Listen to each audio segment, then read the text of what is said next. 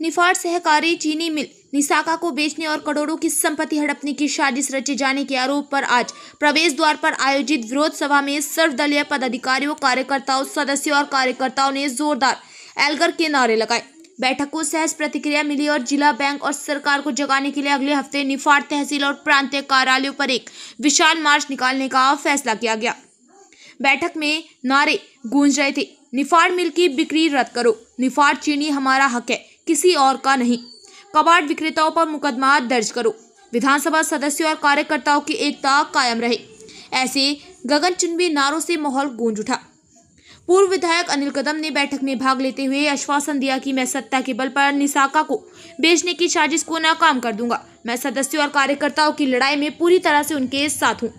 वरिष्ठ नेता राजेंद्र मोगल, शिवाजी राजे धेपले, धोंडीराम अप्पा रायते, निसाका संघ महासचिव वीजी पाटिल, कार्यकारी अध्यक्ष प्रमोद घटाक, शिवसेना तालुका प्रमुख खंडू बोटके पाटिल, दिलीप नाना मोरे, विजय रसाल, शेतकरी संगठन के भगवान बोराडे, हर्षल मोरे ने अपने विचार व्यक्त किए और जन आंदोलन को तेज करने की अपील की।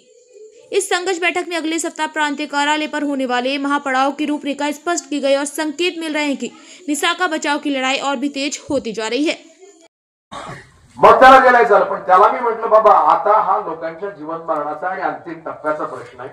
इथे काही लढे दिले तर मला कधी कितीपत यशाला जाऊ याच्याबद्दल मी तुम्हाला आश्वस्त करत नाही, परंतु जशी एक बोधवाक्य आहे ना, ही चूल आहे, मूल आहे आणि आपली धुरेन सोन्याचं, हे सगळं खरंय, सगळ्यांना मान्य आहे, इतिहासात जाण्यात अर्थ नाही।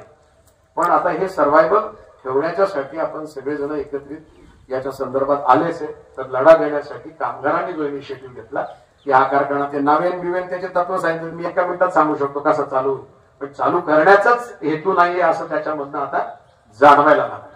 आणि जेएनपीटीने इनिशिएटिव्ह घेतला, जेएनपीटीने संपवलं। शेवटचं सांगतो त्याच्यात मी का